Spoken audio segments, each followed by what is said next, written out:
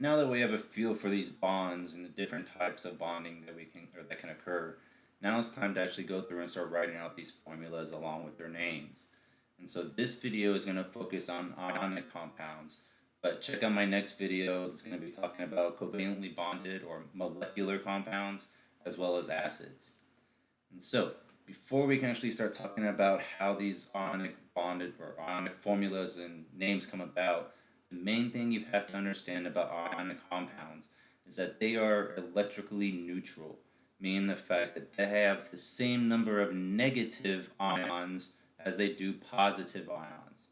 And so in these cases, everything that has a charge is going to be referred to as an ion. But whenever these ionic charges come together, they actually cancel each other out. So the ionic compound is always, always, always going to be neutral. In addition to that, if you have not checked out my previous video or looked on my slides that are available on Blackboard, please look over the ions with common charges slide. On that slide, you'll see a table that has these has atoms, then their common charges that kind of come along with them. Every one of the examples that we're going to be dealing with for this semester are going to have some way to determine a charge of one of the unknowns. And so, going back to the ionic charge neutral. And so when we talk about these ionic compounds, something like sodium and chlorine only have one way to come together in order for you to negate each of these charges. By that I mean you have one sodium plus ion and one chlorine minus ion must be the only way you can combine sodium ions and chlorine ions in order to have an overall charge of 0. And so that the plus charge coming from the sodium ion and the negative charge coming from the chlorine ion will basically cancel each other out, so the overall charge on your sodium chloride are going to be 0. And so in this case, there is no other way that you can combine sodium ions and chlorine ions and end up with a neutral charge. And that, again, I understand you can add like Na2 and Cl2, but in that case, whenever we talk about these ionic compounds, they're typically going to be the lowest form or the lowest ratio when you put these compounds together. In addition to that, if we have something like magnesium 2+, in order to have an ionic compound of magnesium chloride, you have to have both of these charges cancel each other out. And because magnesium is a 2+, you're going to need 2 of these chlorines with a -1 charge to cancel out that 2+. And so for the chemical formula of magnesium chloride, it's going to come out as MgCl2. And as I stated with the sodium chloride, this is the only way you can put magnesium ions and chlorine ions together in order to get this compound. And so when you kind of go through and start looking at these formulas, the formulas are fairly easy to put together if you know your common ionic charges. Because again, one of those ions inside inside the ionic compound is going to come from those common ionic charges, one way or another. And so if we look at a mixture of aluminum and oxygen, the first thing you're going to do is write down the chemical symbols along with their common ionic charges if they have one. And so in this case, both aluminum and oxygen are on that table of common ionic charges. Aluminum has a 3+ and oxygen has a 2-.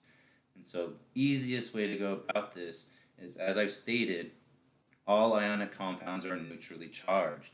So you know that you have to have the same number of pluses as you do minuses. And the easy way to do this involves like some very, very basic math skills of just cross multiplication.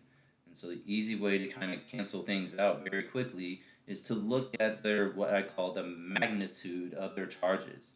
And so when I say magnitude, I just mean the number. Ignore the charge that goes along with it. And so because aluminum is a 3+, the magnitude of that ion will be a 3. Your oxygen is a 2-, and so the magnitude of that ion would be 2. And the reason why that matters is because once you figure those out, just swap them. And so the magnitude of the charge will become the subscript of the other element. And so in this case, the 3+ from the aluminum becomes O3. That 2- from the oxygen becomes Al2. And so when you kind of go through and look at this, if it's necessary, you need to, again, reduce the subscripts so that they're the smallest whole number ratio. In this case, 2 and 3 can't be reduced anymore, so you're good to go. And the last step is the step that I know almost every single student is guilty of ignoring, but just check your work. Do a very quick, maybe 5-second check and see. If you have 3 pluses, that comes out to 6 plus. If you have 2 minuses, that comes out to 6 minus. And luckily for us, 6 plus 6 minus or negative 6 gives us an overall charge of 0. And so once you know how to write out the chemical formulas, this is going to be the same steps for almost every chemical formula we're going to talk about, with an exception of polyatomic ions that we'll get into here in just a little bit. So now that we know the formulas, let's actually move into the naming system. And so all ionic compounds are always going to list the cation first and the anion second. And so remember from my last video, I stated that the metal inside of the ionic compound is always going to become the cation. Metals are not a big fan of electrons, and so they will more than willingly give up their electron. And when you lose an electron, your ion becomes positive. Non-metals, on the other hand, they love their electrons. They love their electrons so much that they're willing to bring other electrons into their group. And so all your non-metals are always going to gain electrons or become more negatively charged ions. And so the naming of a cation is always going to appear the same way, or be written out the same exact way it appears on the periodic table. Again, one more time. The name of the cation, or the metal of the ionic compound, is going to be written out the same exact way as it appears on the periodic table. You're not going to change the ending. You're not going to put anything in front of it. Write it down the same exact way it appears on the periodic table. And so when we start talking about these ionic compounds, they can actually be broken up in 2 different types. And they're not very creative when they came up with the naming system. And so they are referred to as type 1 ionic compounds and type 2 ionic compounds. And so type 1 ionic compounds are the easy ones, if you have that or the table of common ionic charges memorized. And so those are type 1 ionic compounds are those that have the metal that will never, ever, ever change its ionic charge. And so typically these come from group 1 and group 2, and the few in group 3, those 3 from group 3, the aluminum, gallium, and indium. And again, if you have a metal that does not change its charge, or if it appears on that table of common ionic charges, it belongs to a type 1. If you are looking at something that is not on that table, if you have a metal that is not on that table of common ionic charges, that mainly means that its metal, or that metal, can have more than one ionic charge associated with it. In that case, 1 extra tiny little step is required. So, type 1 ionic complexes. Because that metal that is involved in these ionic complexes has a charge that will never change, it's really kind of pointless to kind of tell me the charge of them every single time. And so something like NaCl, which you probably are getting aware of, will show up as one of my prime examples in all ionic cases. And so NaCl is created of Na, which is sodium, and Cl, which is chlorine. And so here we have a combination of sodium and chlorine, and following the name guide that I have up there, you're going to write the name of the cation exactly as it appears on the periodic table, and then you're going to take the base name of the anion, drop the ending, and add an "ide." And so in this case, chlorine is the name of the metal. So in this situation, the base name of the anion is going to be obtained by dropping the ending of the "ine" and replacing it with an "ide." And so here your sodium is going to be exactly as it appears on the periodic table, sodium. That's it. Just leave it alone. Chlorine is going to be obtained by dropping the "ine" from chlorine and adding an "ide." So NaCl is sodium chloride. And so as I stated, the sodium will never ever change its charge. Sodium is always going to be a +1 no matter where it's at, no matter how it's bonded. And so because the sodium ion is always going to be a +1, it'd be really redundant for me to say sodium 1 chloride, sodium 1 fluoride, sodium 1 sulfide, sodium 1 bromide. Because in every case, sodium is going to be a +1, and somebody's going to get really annoyed if you just having to say it every single time. Same do with MgO. And so Mg is magnesium, which is in group 2, so we know it's going to have a common ionic charge of a 2+. In addition to that, your oxygen is in group 6, and it's going to have a common ionic charge of 2-. And so when we have our magnesium and our oxygen, the magnesium is written out exactly the same way it appears on the periodic table. Oxygen is going to lose its Ig, and you're going to add an I, and so you have magnesium oxide. And as I mentioned with sodium, magnesium is always going to be a +2 because it's in group 2. And because of that, it's going to be really redundant and annoying if you keep telling me something about magnesium 2, because I know what it is. It's always going to be magnesium 2. And so in these two cases, and in all type 1 ionic complexes, you're not going to have to add anything else except write down the metal as it appears, write down the base name of the nonmetal, dropping the ending and adding an I. So type 2 require a little bit more work. And so because type 2 ionic complexes will always have the metals that have some type of variant in what their what their ionic charge can be. And so you're going to be able to identify these if they don't appear on that common ionic table that I talked about repeatedly already. And so anything that is a transition metal, or the metals that, again, fit into the middle of the periodic table, with those few exceptions from the common ionic charge table, these are going to have more than one charge associated with them. For example, copper can be a copper plus ion, or it can be a copper 2+ ion. And so if you were in my lab and I were to tell you to go grab the copper chloride, 1, I should be fired because I'm a bad teacher for saying that. But 2, you would go to the cabinet and you would see 2 copper chlorides there, because there's going to be a copper 1 chloride and a copper 2 chloride. But the difference comes into how do you write these chemical formulas. Because you can have a copper 1 or a copper 2, you have to specify which copper you are referring to. And the way that you do this is, again, write the name of the metal as it appears in the periodic table.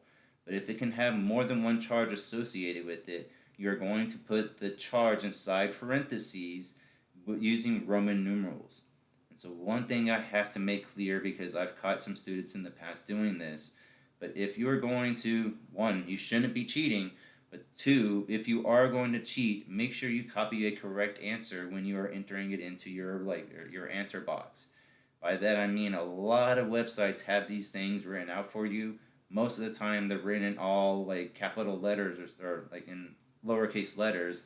And whenever I say make sure you're using capital I's, I mean make sure you're using a capital I instead of a lowercase l. Because when you type them out, they look exactly the same. But whenever you're actually talking about these Roman numerals, I stands for 1, L stands for 100, stands for 50.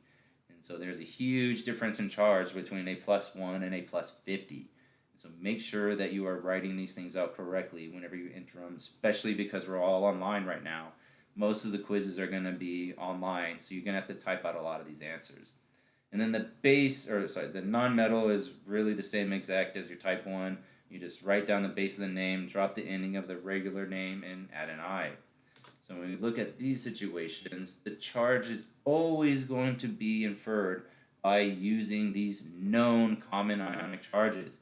So one more time, know that slide. Go back and look at it and commit it to memory right now.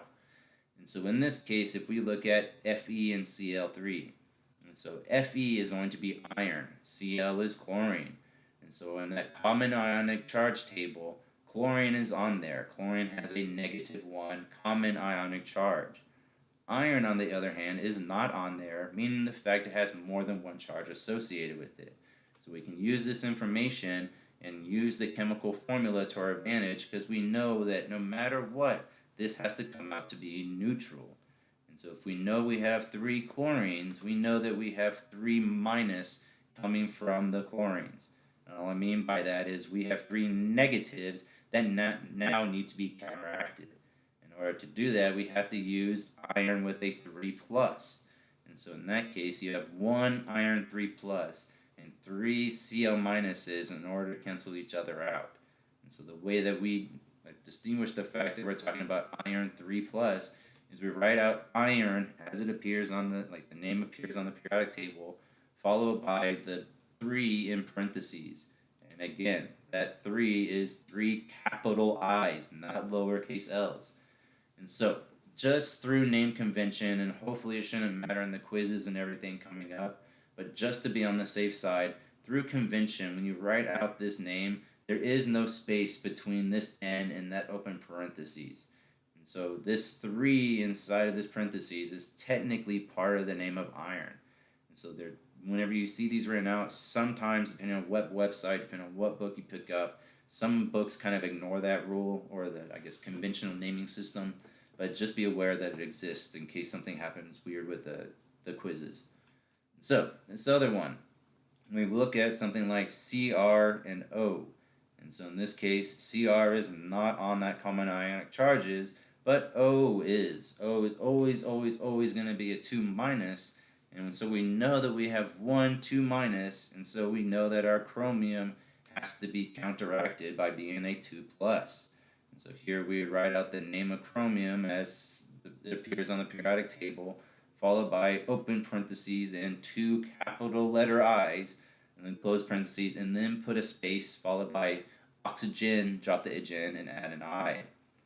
And so, one additional thing I have to kind of throw in here, just because I know some of the other instructors still kind of teach it this way, and since we're having common exams, I'm not sure if it will come up or not.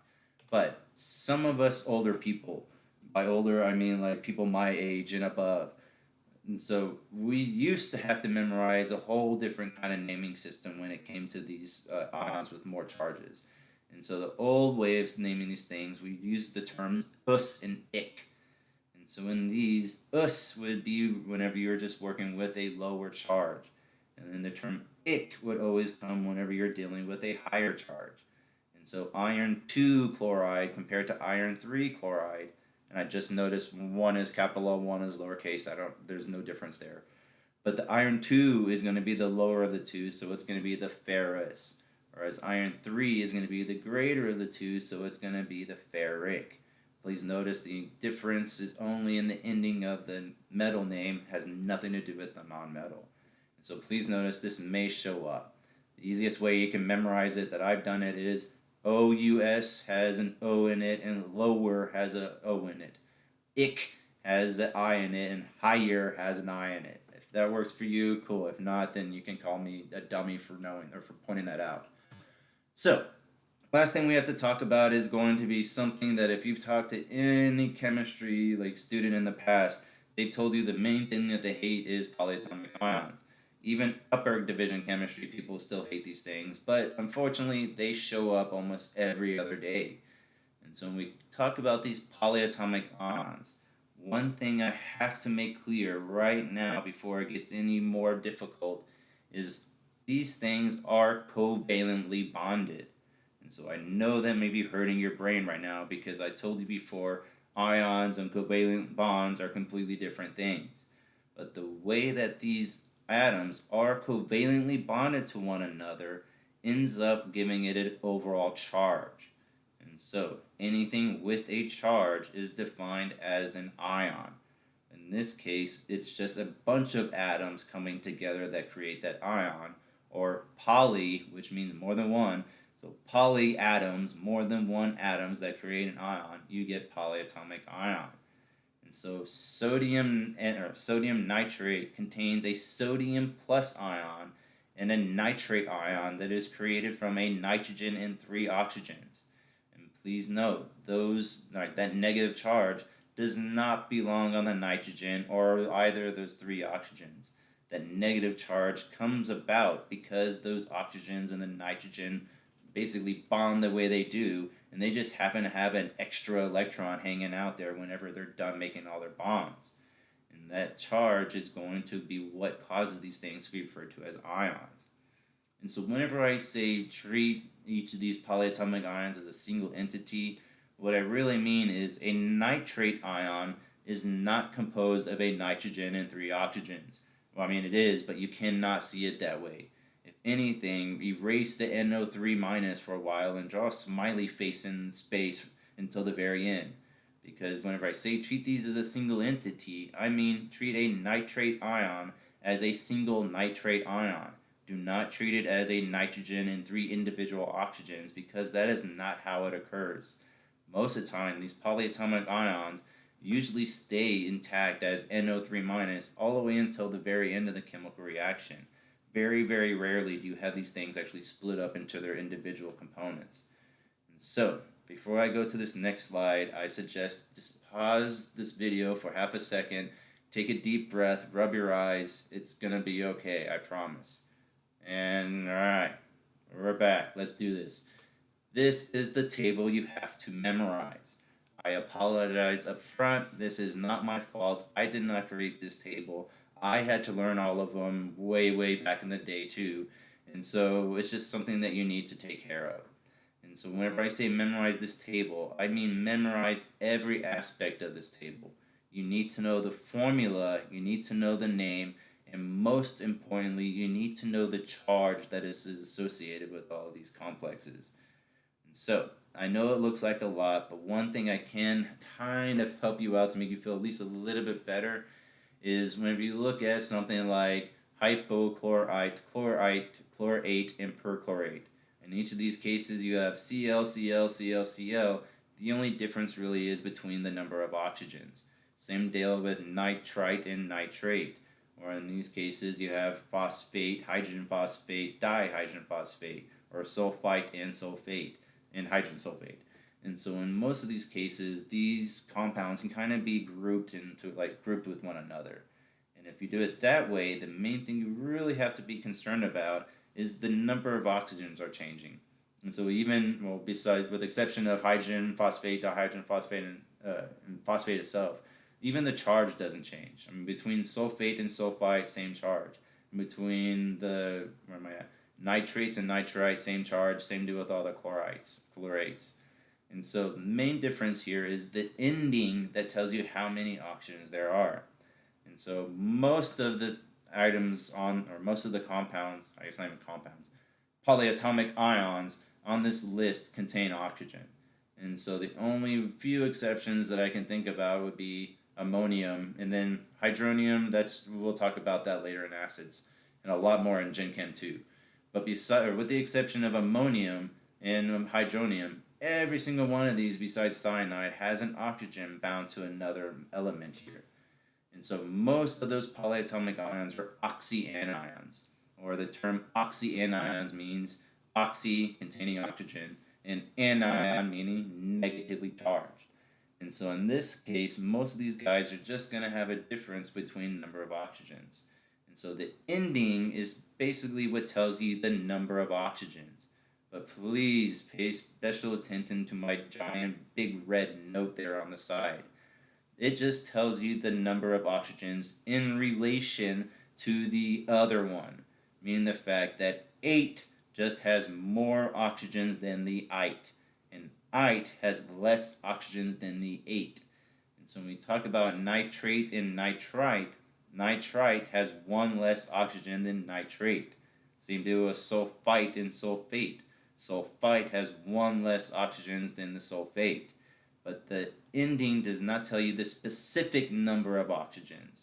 And so between nitrate and sulfate, nitrate has 3 oxygens and sulfate has 4.